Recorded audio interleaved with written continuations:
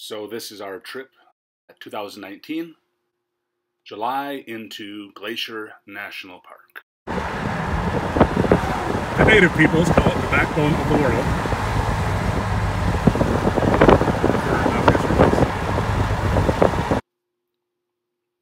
So after driving into the park, our first adventure was hiking into Arrow Lake, which is a approximately 10-mile hike, fairly flat, but when we say fairly flat, it's 600 feet, and there is some up and down. There is some hilliness, even though it's only 600 feet, and a gradual ascent. You're going up and down. What happens is, as you're walking along the hillsides, and then going around these lakes, there's some up and down in between the glacial lakes.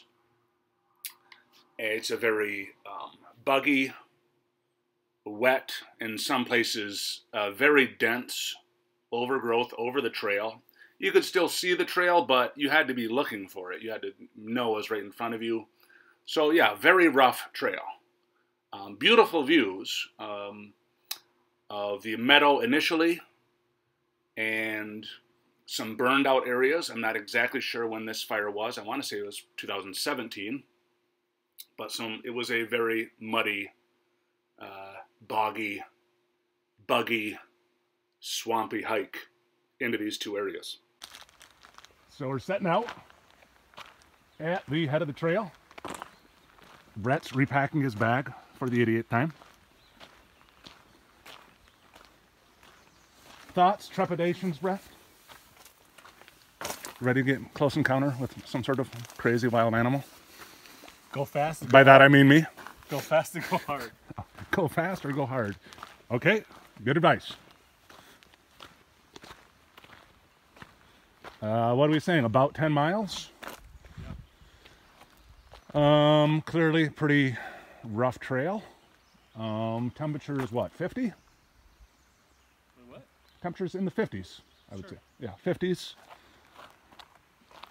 A lot of rain yesterday, thunderstorms yesterday, so probably very wet, but misty right now, but it's supposed to be sunny, right? It's supposed to basically clear up for the next couple days. So during the day, it should get up to like 60, 70, something like that.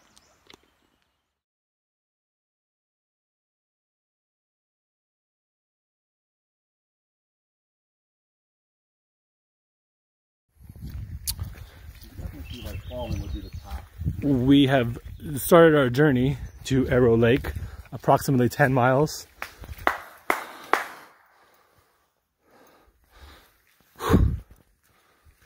Making noise for the bears. And we're about 5 minutes into the hike and we're spent. No. Definitely feeling the elevation change. It's so beautiful. Yeah. Beautiful. It's pretty phenomenal. Pretty phenomenal. Very wet, which was predicted.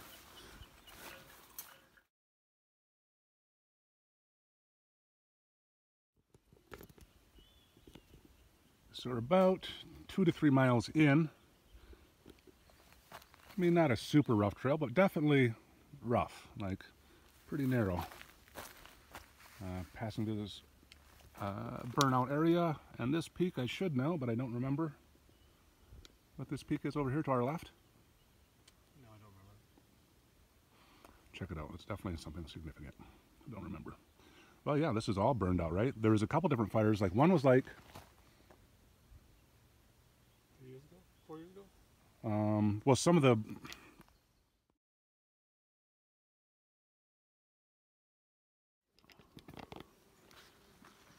so I believe over halfway, walking through some thicker forest area. Pretty thick vegetation, plenty of bugs. When they said it was buggy, that was no joke. I think it could be worse. Hey, bear! I don't know. So we're looking at what, like 7? Something like that, around 7 miles, I would guess. Yeah. And pretty thick forest here, very brushy. See, you can barely see the trail here at some points. And this is another sort of burned out area, or yeah, partially burned out. So one of the things that you get used to is the sound of running water pretty much everywhere. That's pretty.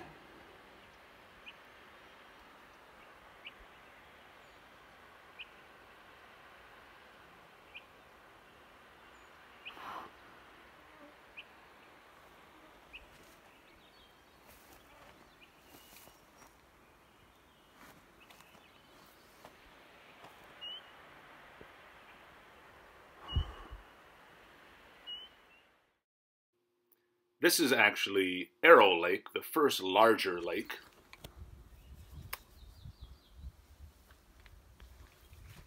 Yeah, I'm bitting up pretty decent.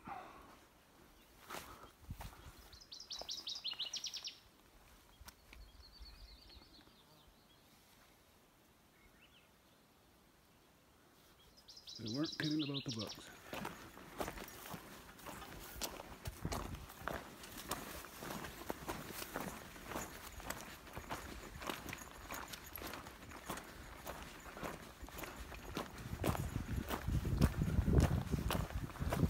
Hey, Bear!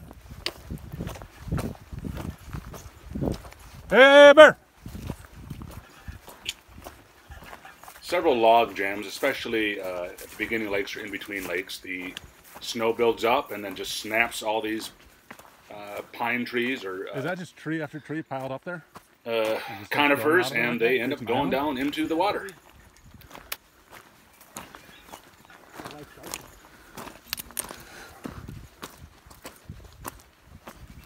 Oh yeah, it just snaps these things right off.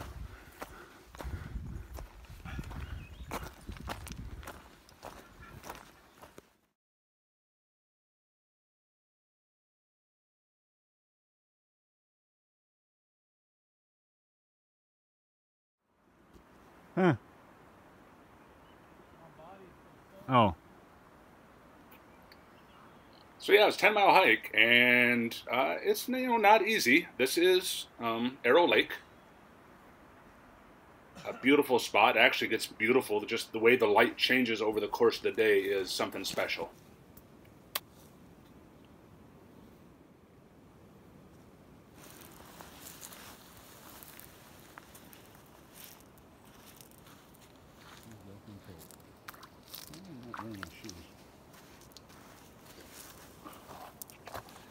Definitely feels good on the feet. The water is freezing. It takes about 10 seconds for my feet to get cold. And it's rocky underneath, but just like this pristine lake.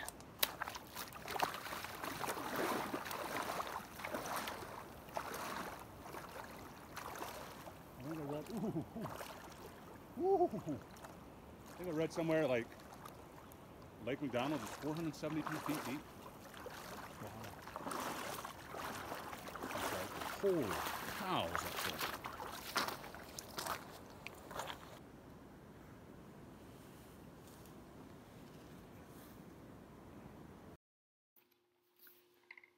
This is prime grizzly territory. In fact, one of the most notorious grizzly attacks occurred in 1967 around Arrow Lake, in between Arrow Lake and Trout Lake. You can read about it, 1967 Night of the Grizzlies, but actually grizzlies don't present that much of a danger. Of course you have to be prepared and you take precautions and know what you're doing, but very, very, very rare, especially if you, number one priority, take care of your food and secure your food immediately, first thing when you arrive at the campsite. So you hike 10 miles with a fairly significant difficulty. It's not easy.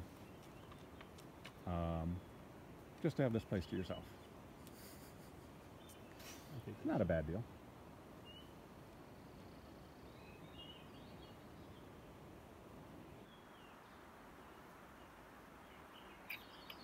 And as you can imagine, I slept great this first night. It actually rained, and I got a solid 6 hours.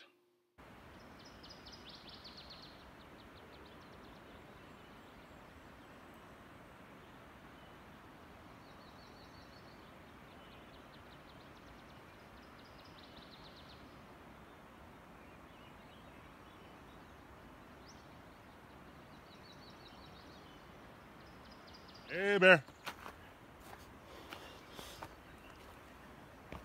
So waking up to the whole Mirror Lake thing.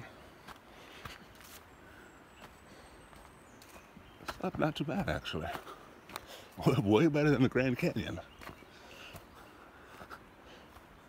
Hey, Bear! Hey, Bear!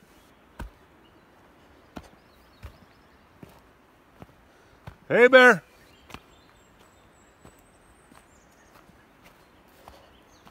Hey, Bear! What up, Bear?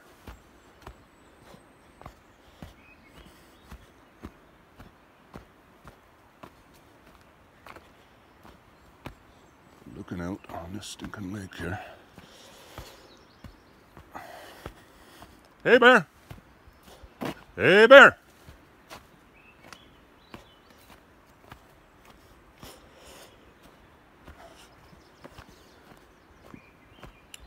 Hey, Bear. You bear, ya? So, you wake up to something like this.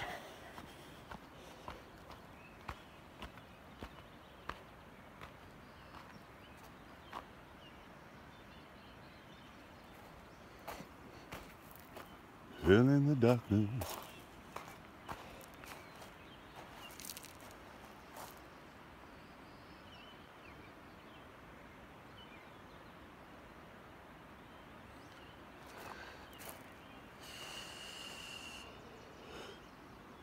Not quite sear breath cold, but a little chilly.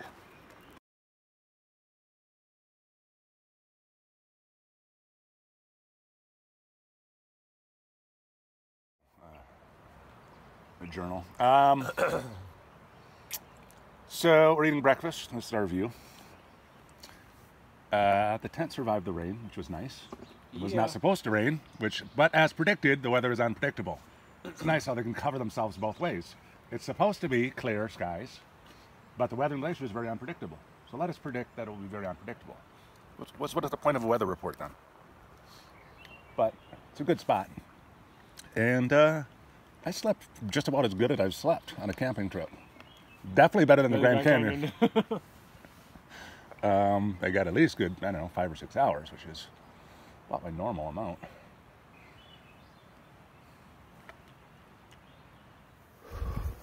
Heading back after one night in Arrow, another 10 miles. It is not 7:40.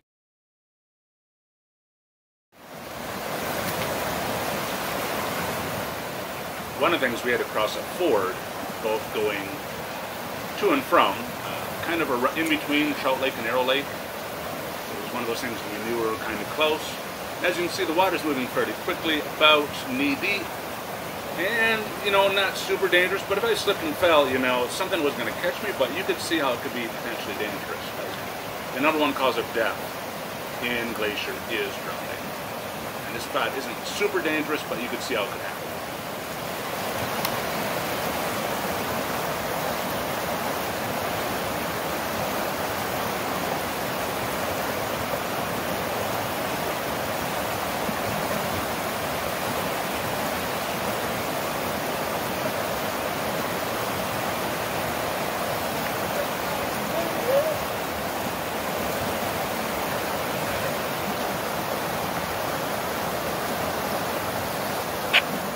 So the hike back out took us much less time. It is a net downhill, still hilly, but easier. I think getting to Arrow Lake was about 5 hours, and then it was closer to 4 coming back, or maybe it was 4.5, but much easier coming back. Even with 30 pounds on my back, not that bad. Brett, what are your thoughts there? Definitely not Grand Canyon worthy, but still exhausting. Yeah, it's difficult enough, no question. The way back was definitely... Oh yeah, it's nice to have a normal, instead of a reverse mountain, just have a normal mountain where you kind of go up. Not that we did that much up, but there's a lot of rolling hills in there, but coming back, way easier. We made, I don't know, maybe 45 minutes faster coming back? We were about half an hour faster. An hour faster. An hour faster, yeah. And the bugs were buggy, but not too bad. Yep. Annoying. So then we drove to Waterton, Canada, and took a short hike to Bertha.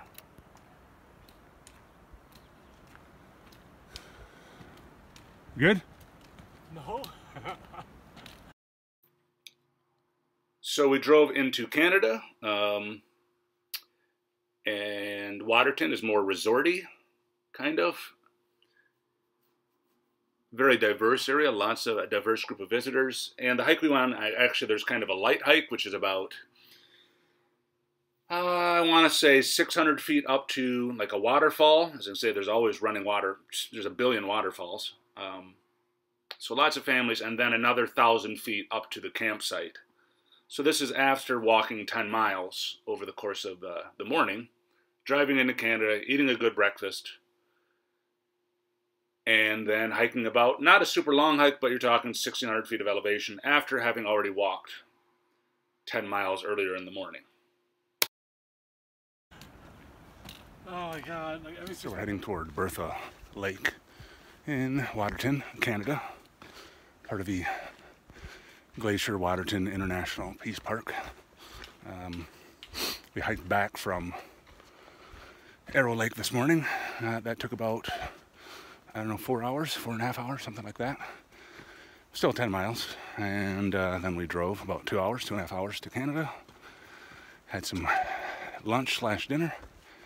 Now we're headed up to this campsite.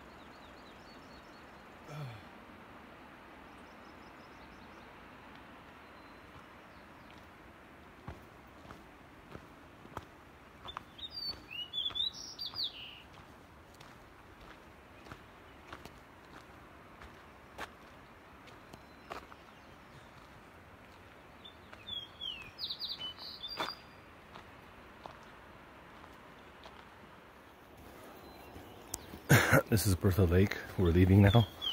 It is around 6:45 in the morning. It's so quiet.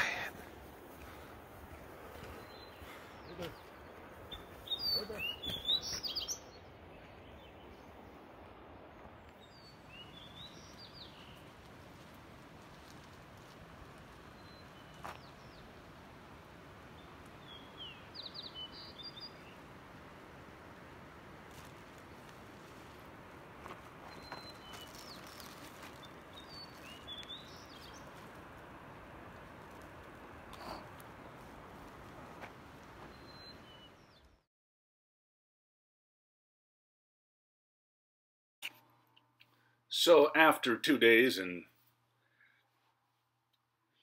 close to 30 miles of hiking, we decided, we'll do trunk camping a day. So we actually went to a place called Avalanche Lake. It's off the Trail of the Cedars. About a 3-mile hike, a very touristy spot. It's very accessible. And we trunk camped. We just set up a campsite at Avalanche and hiked into this little spot, another glacial lake. As you can see, lots of tourists there as well. But you know, this is kind of old hat for us at this point, but a good spot. And the Trail of the Cedars, again, is another, probably one of the most accessible trails, and gives you a lot of the features that make Glacier so great. It also is home to the easternmost rainforest, I think, of the world, and or at least easternmost rainforest in the Western Hemisphere, if that makes sense. Easternmost rainforest in the United States. It's a rainforest. It's very small.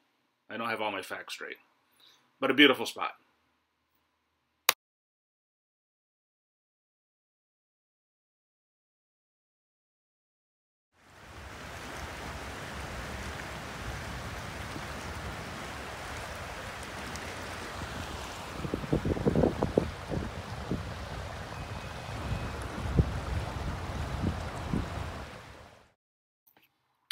What I haven't really included is tons of pictures of going to the Sun Road, which is an experience in itself. You can't really describe it. This is Many Glacier. We were trying to get a ferry over to a hike that would have taken us to close to a glacier. The boat was booked up and we couldn't get any wait list.